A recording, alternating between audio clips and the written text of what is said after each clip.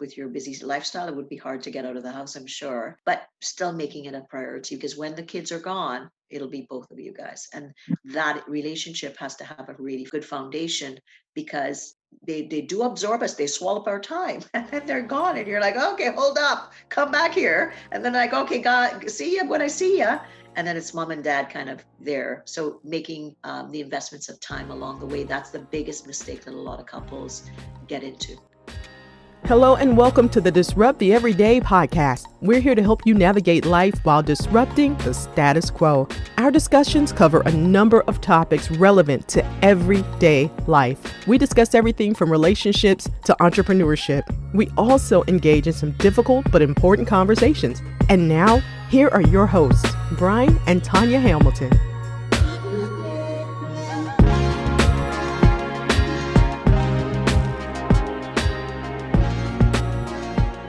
Thank you for joining us for episode 5 of the Disrupt the Everyday podcast. Today, we're discussing all types of relationships, joined by Roxanne Derhodge. Roxanne, thank you so much for joining us. Thanks for having me. I'm excited to talk about couples relationship with a couple. That's going to be fun. So we want to start off. You have been quite busy over the years. You have a book that we're going to focus on today, and it's called A Therapist Insider's Guide on Relationships. Can you share with us what you've been up to over the last little while before we really get in? Well, I've been doing a lot of things. Like you said, about 6 years ago, I launched the first book, which is called A Therapist Insider's Guide on Relationships. And I dropped the subtitle, which was Healing in the Past. So it's just a therapist insider's guide on relationships. And since then, at that point, I'd been in corporate consulting with health and wellness for about 15 to 16 years prior to that. And before that, I was on the front line with the police and running addictions agencies and doing all that fun stuff. And since the recent release of the book, I've just been speaking and training related to relationships, either at home, and now I've shifted or included the corporate consulting piece with the new book that I'm going to be doing. So I do a lot of keynote speaking, training, consulting sometimes, because with companies, what happens is that people are your commodities at work. They want to keep everybody really happy and healthy. And we have differences at work, unfortunately. So it's about enhancing people's capacity to connect and communicate effectively. So that's kind of where I spend a fair amount of my time. I spend my time teaching individuals at home how to have really successful relationships, coaching on that end as well. And then the corporate sector, the same, but more with leaders in their teams. All right. Now, before we actually get into couples relationships, I want to focus a little bit on, I guess, more of those friendships and how they change over time. Are there any common themes that you see a lot with individuals who maybe grow apart from a longtime friend, or, maintaining those relationships as they go on? Like, I'll just give an example. I've known my best friend since we were 12 years old, and we're 39 today. We still have a great relationship. We still talk regularly. But yeah, if you could talk a little bit about that. Well, I think, friendships can be very, very intimate. If you talk about a best friend, and I have best friends. I grew up in Trinidad, and I have best friends that my youngest friend, I was like 4, and we're still connected. So I think developmentally, our friendships go through a lot of the same things, right? So your best friend's your best bud, right? That's that first person that's kind of the mirror image of, they want to do the same things you do, and that's the person that really, really primarily knows you in a sense of connection.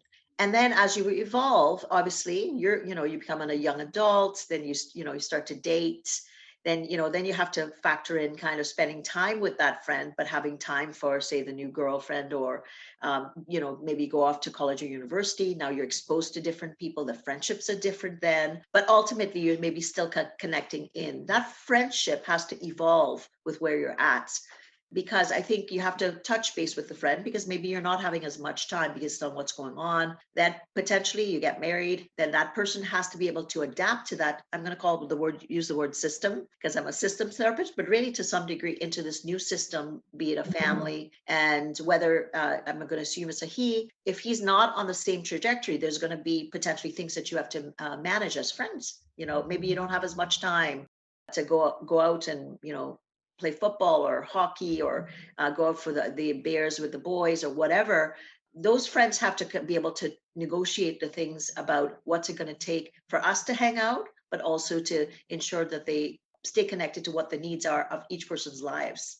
Because, if you don't do that, what's going to happen is you're going to hit bumps, right? Because let's say it's a family, you have young children and all those things, and one person have them, or both of you have them. Now you both don't have any time. So you have to, it's like no different than negotiating needs in any relationship. You have to think, hey, I haven't seen you, and I seem to be the one that makes the time.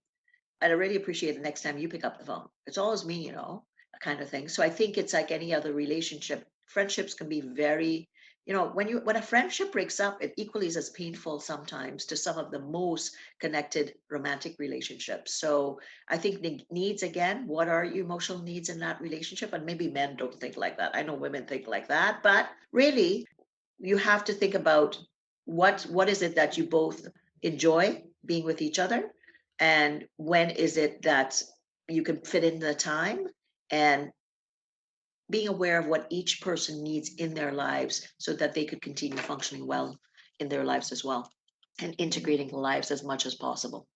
So you just said breakups, and you don't really look at friendships and having to break up, right? I look at, okay, that would be romantic relationships. Now, for adults, I'm thinking, when, like, how do we know?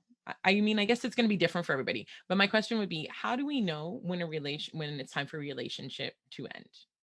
Well, there's some definite things, obviously the ones that sometimes you can negotiate, right? If there's violence, sometimes if there's intense neglect through addictions, or, severe psychiatric, and you're trying to work at it and you're just not able to kind of hit the ground running. I think those at that point, you're like, okay, I have to make the best decision for myself. I often say that you can't get out of the pot as soon as the fire gets hot.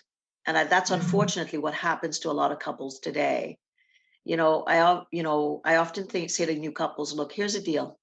You're going to plan the wedding, right? And that's stressful. And, you hear the bridezilla stories, and the fiance, the male saying, just tell me about where to show up and get my tux. And, that's not being married. And I think, unfortunately, a lot of younger people don't see the realities. Where do they have those discussions?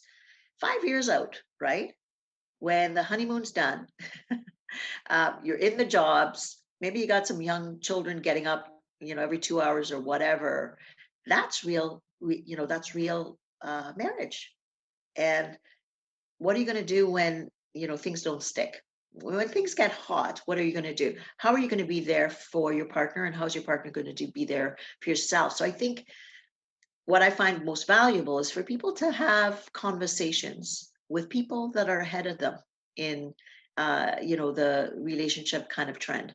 So talk to someone older. Now, don't talk to somebody that's disgruntled, right? That says, "Oh my God, don't do it. You'll never have another free moment," all that fun stuff. But talk to people that you really would see as role models and say, I know Jane and Jim went through a rough time, and they seem to get through it pretty good. They seem to really get along. Seem to have made some shifts. I wonder what they've done. So I think those kinds of conversations, it doesn't always have to be so with someone like myself that has the professional background, but having real conversations with people that have been together long term, I think is very, very important.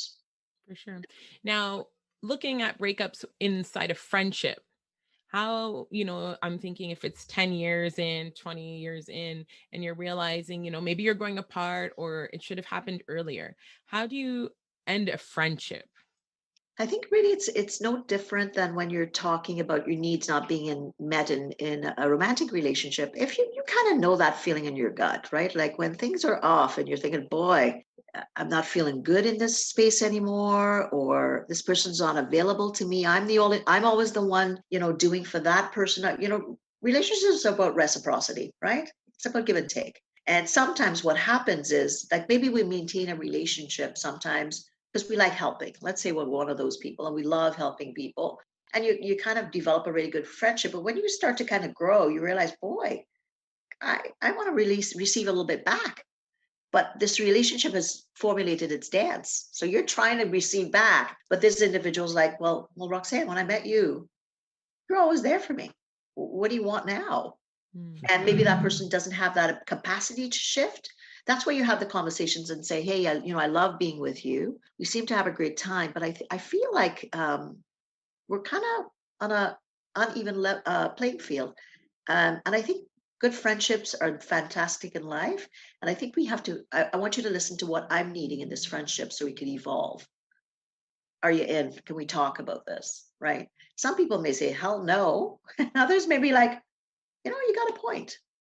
Let's talk about, what's not been feeling well for you. And if that person cuts you off, Latonya, to not want to hear that, then at that point, I go, that's something you got to kind of put in your back of your mind.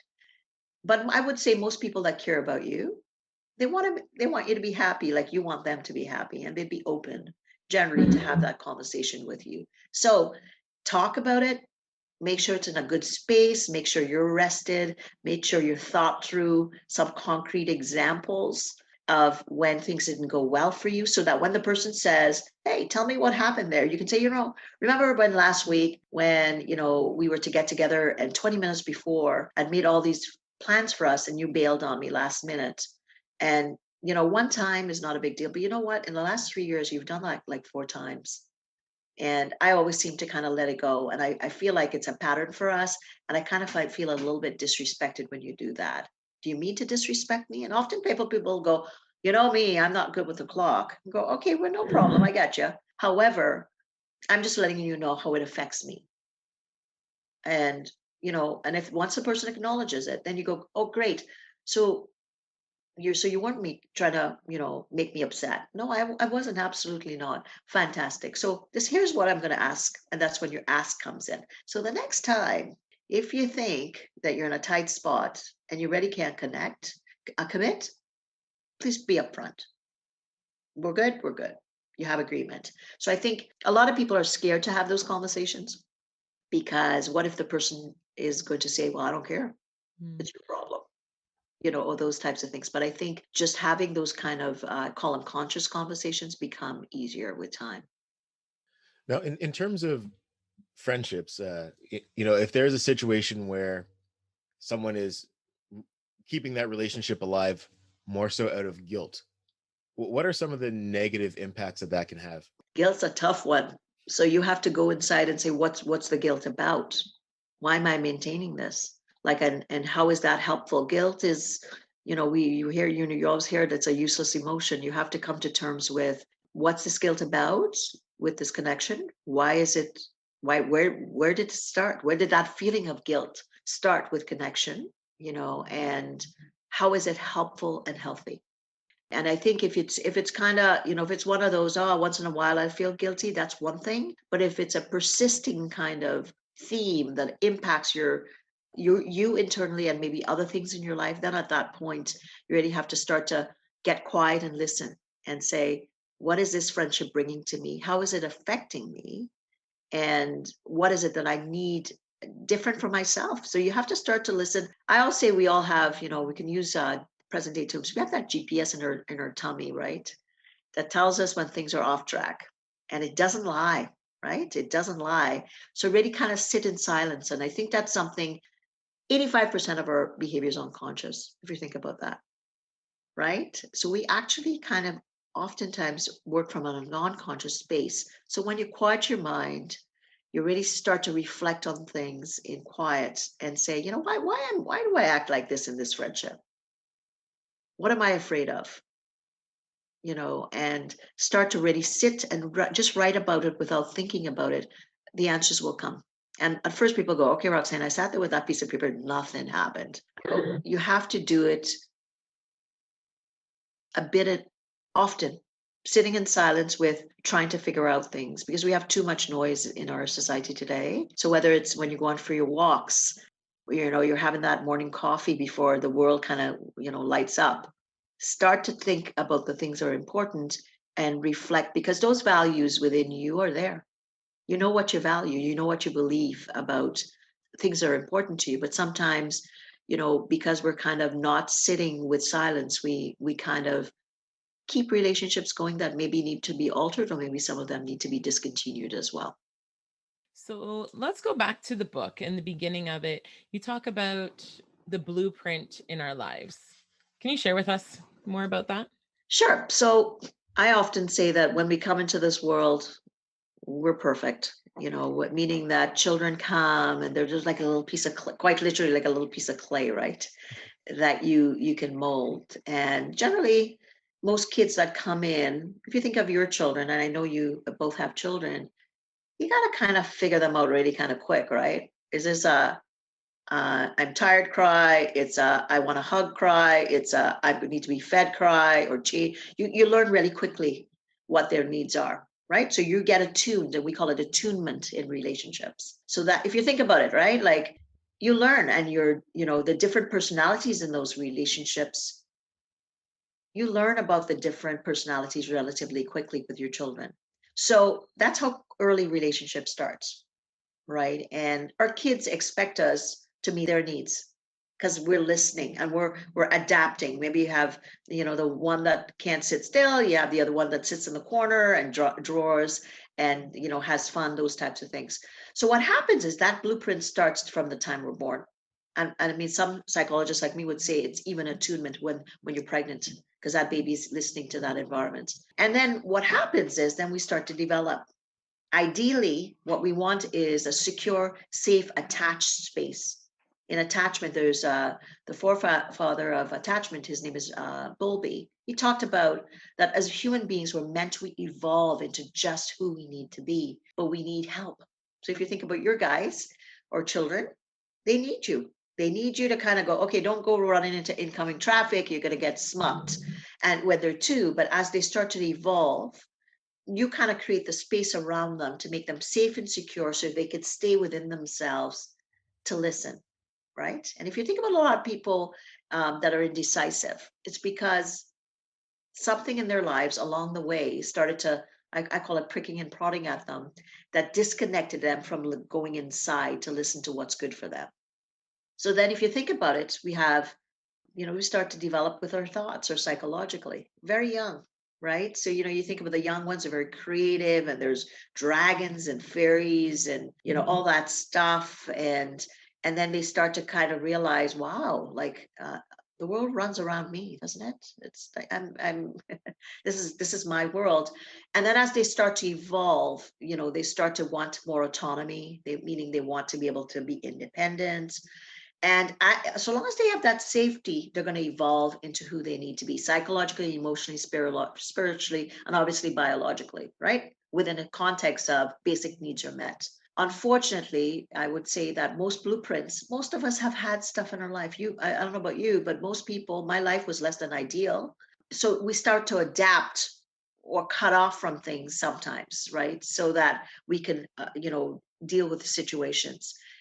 What happens is it's kind of like a blueprint gets set in relationships along the way. So let's say maybe there is inconsistency. So you learn really, maybe your parenting situation wasn't very consistent. So maybe you learn to be super responsible very, very young, maybe too young. So that might be a theme that you need to look at. Maybe so if things were less than ideal, those developed themes. Maybe there was some trauma, so I'm going to be kind of casing the world, just looking to see, can I trust this person? Can I trust this situation? And the term we use is called hypervigilance.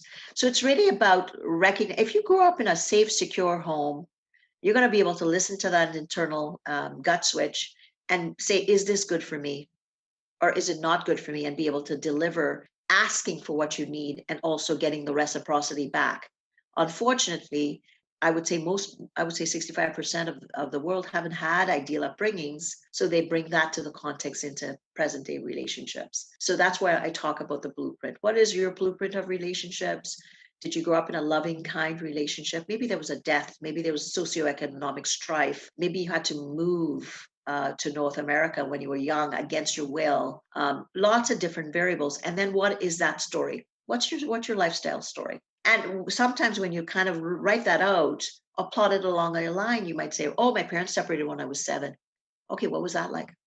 Oh boy, they didn't talk again. And visitation was rough, right? And I always had to be one way at dads and one way dad moms. So once you start to kind of look at it like that, you might understand what kind of things might I bring forward to my current relationships, sometimes not knowingly.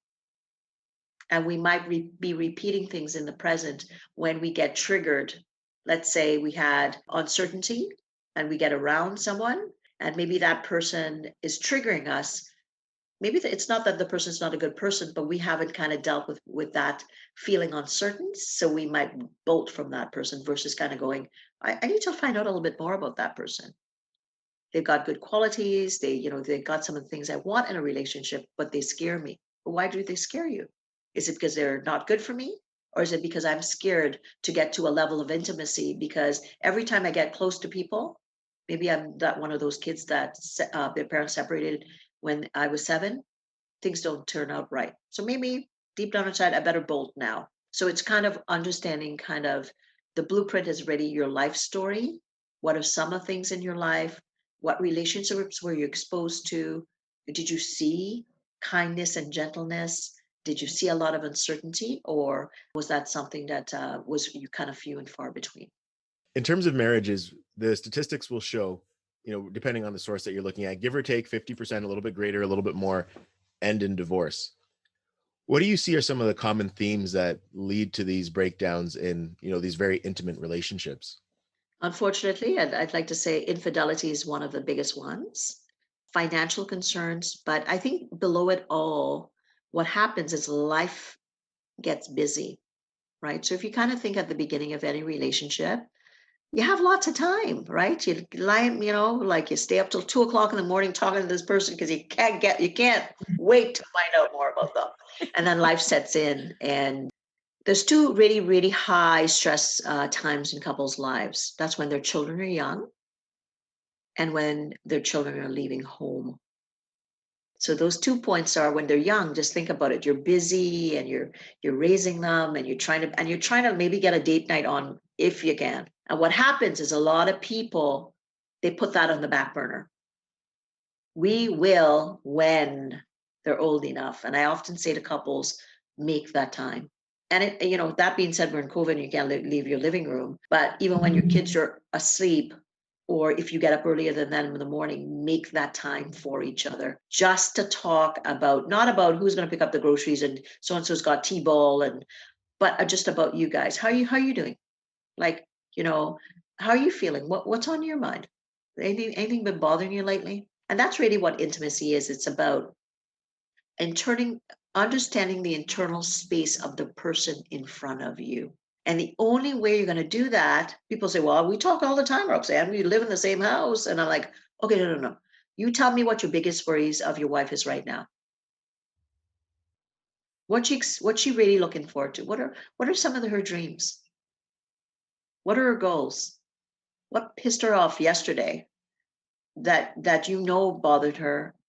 And those are the things, those are the conversations that I think, unfortunately, start to whittle away at relationships, Brian. People don't savor that time because they think, oh, we're going to get into a fight. You're going to have differences, you're going to have conflict.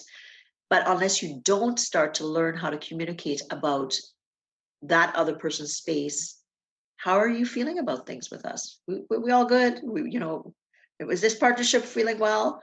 Or, you really, disappointed me when how you handled that with our son yesterday. And I'm a little bit upset with you, but I'm just going to let it go.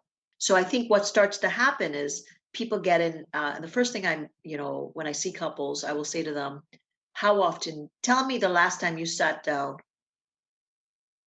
undistracted and talked about your relationship, and what percentage do you think says yes? I'm going to say it's a very low percentage, probably close. I'm going to estimate around 10%. Yeah, 5 to 10. And then they go, well, why do we have to do that? And I go, well, do you go to the dentist? Do you go get your eyes checked? Do you go to your doctors at least once a year? We go everywhere else to make sure everything's on track. But where do you go to make sure that you're on track? And then they go, oh, okay. And it's very painstaking. And I make them put alarms on their phones. And they go, oh, this is horrible, Roxanne. This sucks. I go, yeah, of course it's going to suck because you're going to talk at a different level, right? You don't just talk when problems are happening. You talk about what's good. Oh my God, I loved when you made that awesome meal last week, that was fantastic. And when the kids funny, they barely sat down, and then it was us, and you think, oh my God, I cooked this meal for 3 hours, and they sat there for 10 minutes, and boy, they're ungrateful. Whatever it is, so that you have that joining moment more often. So I would say that's the one thing. And a lot of people let small things build up. So a small thing becomes a thing because they haven't been dealing with things, right? And I think too, a lot of people haven't sat down and talked about, they know their values supposedly, but they haven't sat down and talk about what are couples, what do we value as a couple? And how's that going for us? Because I think it's not working so well for us. And I think the more you start to treat it like that, you can go back to those times when you say, "Oh, I feel like we're kind of prickly lately." Let's face facts. I love you, but I don't like you so much lately. So let's try to spend some more time together. So those are some of the key things that I find. Unfortunately, as a couples therapist, what I see is that when people quit having sex, which nobody wants to talk about, that's when they show up in an office like mine, because that means that the disconnection is so immense, and now they're not having that sexual intimacy. That's what then gets people into an office like mine. I totally agree. Like, I'm thinking back, it's funny because Brian and I now spend the most time I think we've ever spent together because we both work from home. And some days you do find, and things are going well, but sometimes it's that, oh yeah, we've talked about our day, we've talked about the latest meeting, or this, that, and the next thing, but that connection, right? Like, I almost think of it as the debrief at the end of the day. And sometimes, yeah, we're just so tired, we're sitting across from on the couch and It doing fades it whatever, out, we're yeah. playing on the phones. Right. But then you do realize after, it's been maybe a day, or the next night, it's the same thing. It's like, whoa, you feel that connection, and it's starting to, phase out, and being really in tune with, okay, let's like put everything down. Let's talk about ABC, nothing to do with work or the podcast, what have you. Right. Right, especially with the you two working together, that's even a more importance, right? It's not about, and you say to the kids, how old are your children? So our oldest is 12 today, and then we Oh, have, happy birthday. yeah, it's a good day. And then today, our twins are 9, and then we have a 4-year-old. Yeah. Okay, so you're hitting every Yeah. stage, right? Yeah. So with the 4-year-old, you can't say mommy and daddy need alone time, but when the 4-year-old's in bed, you could negotiate with the others. And you say, why don't we just sit down and talk and laugh, like, or watch something funny together, Yeah, or, it doesn't have to be long pockets of time. It just has to be a habit. for sure. And, when you put it, like anything else, we don't miss meetings, do we? Mhm. Right? Because we schedule them.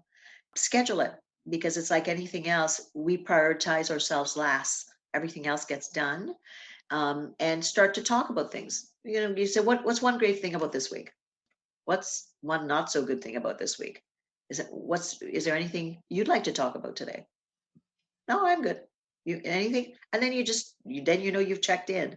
So I think if it becomes more practice, it eventually, when something big is coming at you, you've had the practice of talking about things often enough, so it doesn't turn into, when couples get into disdain, you know what that is, like, I don't want to hear you breathe, all that stuff, or contempt. At that point, it's harder to come back. And by the time someone comes to me at that point, it's unfortunate that, because the pain has persisted so long that it becomes more difficult to go backwards. So I always say to people, it's your job, right? If you realize something's off, you just say, hey, something's off. You got to call it, even if you don't know what it is, or Latanya the same.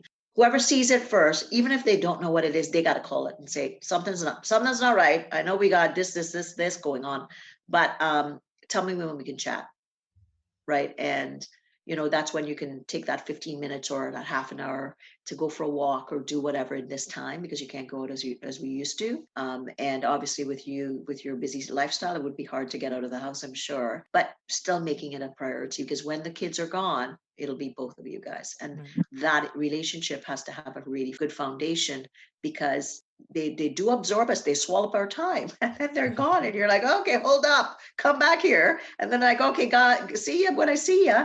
And then it's mom and dad kind of there. So making the investments of time along the way, that's the biggest mistake that a lot of couples get into. I like that. And I know date nights have always been important for us. And Mhm. also I think people looking at it doesn't need to be an expensive dinner. It doesn't, No. like our last date night, last Friday night, we went to Home Depot because we're doing renovations and we just couldn't go with all four kids and we needed to be able to think and look out. And then, we grabbed some takeout and sat in the van, right? So I think when people overcomplicate things, that's when it just doesn't happen. Right. So Make it real. So I yeah. think that's so right? It could be that, okay, guess what? We're gonna grab a coffee and go sit in like you said, your truck or your car Yep. and talk. We're gonna go 2 streets over because the kids don't see that we're in the driveway because they're gonna need you. And and just it doesn't have to be something with bells and whistles. And I think going Yep. back to my whole concept of marriage, what do the movies show, right? Like if they always show the big blow up and the happy ending. And so unfortunately, sometimes life has lots of things that sometimes are not happy. So you have to be able to be each other's biggest cheerleader, because you're going to need that person when big things happen, like deaths or sicknesses or financial concerns or problems with the kids, or whatever, or school problems or whatever. You need each other. You need your cheerleader even more as you go through life together. That's awesome. I really appreciate that. Now, you touched on one thing. You said it's the problem that nobody wants to talk about, nobody wants to address, and you find people that are ending up in your office are a lot of times people who they've had the intimacy just kind of dissipate from their relationship. So in those situations, again, like you said, it's a sure a common problem that just doesn't get enough attention. Where do you start with a couple that's in that position? Well, I back them out of the bedroom. I often say, as much as you like to get in there, let's back out. Let's back out of it and let's talk about really the state of things with you. Like, how did you meet? Let's like, because what happens is, with as human beings, what we do with problems is, we look at just the problem, right? And we forget all the other things that could maybe good around us. And so I start to talk about them as people. Like, tell me who you are. What did you like to do as a kid? And they don't want to talk about that at first. They're like, okay, there's a problem here, and you're wasting our time. I go, no, no, no, no. We need to get to know you as people, because and how you met. What did you like to do together? What did you find really attractive about Brian when you met him? What was his best quality? Because what you're trying to do is to back them away from just focusing on what's not right. Because oftentimes there's a lot of things that are right, but some of these things are not going well. So that's what we try to do, is kind of, what's the aerial shot? They're going into the microscopic sliver of what's wrong. That's if there is something small. Sometimes it can be big. And then we start to talk about, first of all, do you love each other? And I often hear, I love him or her, but I don't like them. I go, "Well, that we can buy in on that one." And, are you willing to work really hard? Because marriage is hard. You guys have been together a long time. It's hard work. It's not for the faint-hearted. Sometimes it's easier. People go, okay, if I end this one, I start over, I have a new beginning. But the same issues are going to come prop up again if you don't deal with them, right? So I think that's the part that we do. And then we just really start to talk about, what is the problem? What are the exceptions to the problem? When is it that you don't have the problem being an issue? And have them start to connect to them, each other as people. Because if you like the other person, the intimacy in the long run doesn't get become an issue. But if you don't like the person, the last thing you want to do is to be in that intimate space with people. And if there's been stuff that's, the term is disillusionments, if there's things that have developed, if there's been infidelity, if there's differences around money, if there's differences with family, if one person maybe has been out of work, all that stuff, that life stuff has been piling up, and nobody's been dealing with it. Right. So I said, then we got the huge, pink elephant in the room. Oh, no, no, no, but I just want to have sex. Okay, great, great, great. That's good. Okay. So I'm going to tell you, go home, have sex 3 times, and you tell me if things are better. Oh, got it. And then I go, okay, would you like me to write out a prescription? I'll joke around with them. Once they can't laugh with me again, because sometimes they're not laughing early. And then they go, yeah, yeah, I see. We see your point. We got to learn how to just like each other again and not be so resentful and angry. And then when I can see the person without the lens of the anger and animosity, and sometimes there's forgiveness needed. and repair. Sometimes you don't know that you've hurt the person. It may not be something like infidelity, but maybe you don't back up the person on parenting. And now you're having children playing against each other. And you've kind of bailed out on that other parent a long time ago and you didn't realize it. And that other parent has maybe been having a tough time parenting or, with the child. So there's could be lots of ways that you kind of abandon the other person in the relationship. It doesn't per se need to be just infidelity. And, it's about talking about those nuances about when's the first time you felt really disconnected and what was going on and what was happening between you. Tell me the story. And when you start to get those stories, what happens is it paints a picture of maybe potentially why people are where they are. And if it's an individual issue, like an anxiety or depression or substance or whatever, that person needs to obviously concurrently deal with that if they're willing to bring their best version of themselves to the couple's therapy. I don't know. I told you a whole lot there in a short time. Is there any clarification that I can make there? No, I think it was straightforward. I know we're getting close to our time. This has been great. I'm sure everybody who's been listening is thinking, wow, we've just been in Roxanne's office for the last 30 minutes. Quite literally. We're on my studio side. The other side is my coaching. So no, it's been a lot of really good information for just friendships and maintaining our intimate relationships. So at the beginning, you shared with us what you've been up to. Where can we find you? Well, you can find me at roxannederhodge.com. So this year I'm wanting to speak and train on the new book, which will be coming out in about 2 months, and the title is just being finalized, but it's Authentic Heart Leadership, Impacting Teams and Not the Bottom Line from the Relationship Base. So that's my goal this year, is to get the book out, speak as much as I can on the content. And I just love, seeing the connections when they're made with people, whether it's at home or at work. Because once people get the skills, what happens is it makes things so much easier. And when you don't have the skills to sometimes give yourself a pause is a good thing as well too. So, but seeing people develop those skills is something that I really am passionate about.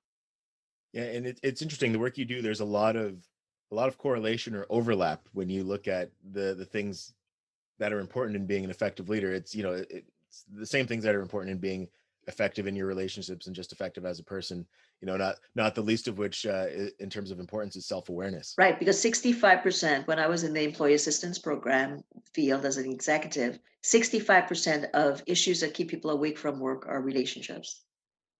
So that's so if you think about it, we need relationships, right, to function. And, gone are the days where they thought that you leave your personal self at home and you bring your work self to work. We're a whole person. And the better we are able to relate to ourselves, we're able to then in turn relate a lot better to others. So As we're wrapping up, I know we covered a lot of different topics here and kind of jumped around as we were going through, but is there anything else that you'd like to share?